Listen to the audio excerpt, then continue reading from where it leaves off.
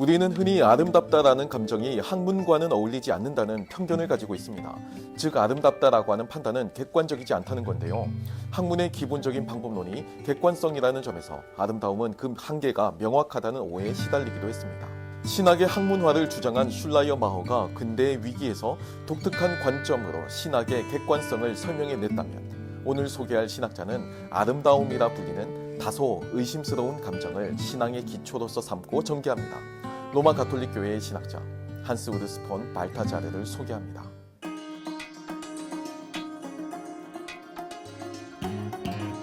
발타자르에 따르면 복음은 장엄한 그림이나 마음을 사로잡는 드라마와 같습니다.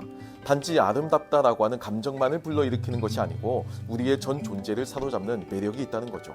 이것은 우리의 의식과 행동의 변화를 이야기합니다. 굉장한 힘이죠. 발타자르는 아름다움에서 신에 대한 경험을 찾는 것에 대해서 의아해하며 질문하는 사람들을 향해서 반대로 질문합니다. 오직 성스러운 것만이 아름다운 것, 조화로운 것, 영광스러운 것을 향한 그 인간의 본능, 인간의 열망에 대답할 수 있다고 답하는 거예요. 현대성은 이것을 주관적인 영역으로 내모는 치명적인 실수를 저질렀거든요. 발타자르는 이것이 현대성의 한계라고 보는 겁니다. 그는 진리나 아름다움이나 선함이라는 그 철학과 종교의 보편적인 초월자들을 발견하려고 하는 일련의 이 모든 철학적 시도들이 이제는 막다른 골목에 이르렀다는 결론을 내리게 됩니다. 그의 표현에 따르면 철학자들의 하나님은 부드럽고 무시간적이고 산만한 빛이며 인간의 만족을 향한 열망을 충족시키는 어떤 것 또는 어떤 존재의 희미한 반영에 불과합니다. 객관성이라는 관점에서 이러한 초월자들을 다루게 되니까 현실성이 없고 비인격적이며 건조한 한계에 다다르게 되었다는 거죠. 발타자르는 감히 이렇게 선언합니다. 진리를 탐색하는 인간은 그가 단순한 사람이든 학문적 사람이든 철학을 함으로써 하나님은 사랑이시라는 이 명제에 결코 도달할 수 없다. 이것이 오늘날 현대인들이 마주한 위기입니다. 그들의 위치에서 자신의 방법으로 하나님의 사랑에 도달하려고 애를 쓰지만 이러한 인간적인 시도는 늘 실패할 수밖에 없다는 거예요. 오직 예수 그리스도 안에 있는 하나님의 계시만이 하나님을 진정으로 찾고자 하는 사람들을 올바른 종착역에 데려다 줄 수 있습니다. 이것이 참이라는 확신은 전통적인 자연신학이나 변증적인 형태의 증명들과 같은 합리적이거나 철학적 토대도 아니고 그렇다고 신앙의 맹신도 아닙니다. 대신에 발타자르는 그 고요함 가운데에 위대한 예술작품을 관주하다가 갑자기 그 작품에 의해서 사로잡히고 내가 변화하는 그 경험에 주목합니다. 즉 사람이 아름다움에 대해서 갖게 되는 그 아하의 경험에 호소하는 거예요.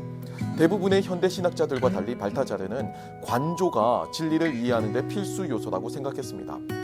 우리에게는 낯선 단어지만 국어사전에는 고요한 마음으로 사물이나 현상을 관찰하거나 비추어 봄이라는 의미를 가지고 있거든요. 우리는 진리를 열심히 공부해야 얻을 수 있는 어떤 그 고차원적인 지식으로 제한하거나 어떤 초월적인 힘에 의해서 사로잡혀서 격정적인 감정에 휩싸인 그 경험을 진리를 얻기 위한 토대로서 여길 때가 많습니다. 하지만 기독교 전통은요, 관조라는 방법을 통해서 지나치게 지적이지도 않고 그렇다고 격정적으로 감정적이지도 않은 독특한 방법도 있다고 소개합니다. 인간의 구원을 위한 하나님의 역사 속 부침이 있는 그 하나님의 계시와 그 활동의 위대한 드라마를 진리와 아름다움과 선함에 대한 개방적인 자세로 연구하는 겁니다. 이 마음가짐에서 인간은 자신을 궁극적인 만족과 행복과 구원으로 이끄시는 하나님의 손길을 받아들이게 된다는 겁니다.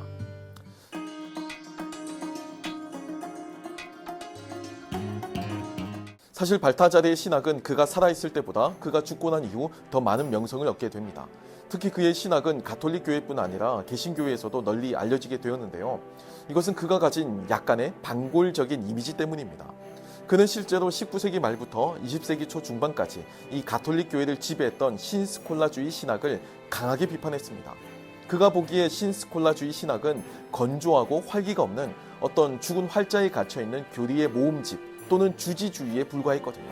그렇다고 해서 당시 가톨릭 교회에서 경계하던 현대주의의 입장에 동조하지는 않았지만 그럼에도 신스콜라주의 신학을 대체할 수 있는 활기차고 적시성 있는 신학이 필요하다고 생각했습니다.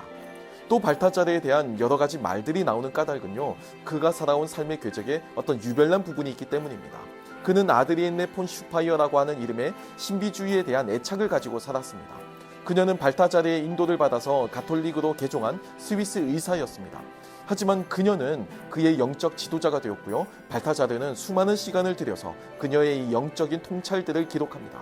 신학자의 삶치고는 굉장히 독특하죠. 마지막으로 제2차 바티칸 공의회 이전에 발타자르는 누벨 테올로지, 그러니까 신신학의 추종자로 여겨졌습니다. 보수적인 전통주의자들은 이 새로운 신학자들이 하나님을 자연의 일부로 보는 지나치게 내재적인 견해를 주장해서 인간적인 것과 신적인 것 사이의 경계를 흐린다라고 생각했거든요. 누벨 테올로지는 제2차 바티칸 공의회에서 대부분 오해를 벗게 됩니다. 그리고 그 결과 발타자르의 명성도 높아지게 됩니다. 발타자르는 개신교 신학자 칼바르트와도 가까이 지내며 교류했고 1950년에는 예수회를 떠나서 폰 슈파이어와 함께 요한네스 공동체라는 기관과 요한네스 출판사까지 세웁니다. 그는 제2차 바티칸 공의회 이후에 가톨릭 신학에서 나타난 일부 진보적인 경향에 개탄하기도 했습니다. 그는 성직자의 독신, 남자의 제한된 서품제도, 피임 반대 규정과 같은 오늘날 로마 가톨릭 교회를 상징하는 여러 가지 전통을 강하게 옹호했거든요. 그러니까 참 이상하죠? 어떤 면에서는 굉장히 진보적인 신학자임에도 또 어떤 면에서는 굉장히 보수적인 뼛속까지 로마 가톨릭 신학자이기도 했습니다. 그래서 발타자르에 대한 이 사람들의 평가는 진보에서부터 보수까지 다양하게 나타납니다.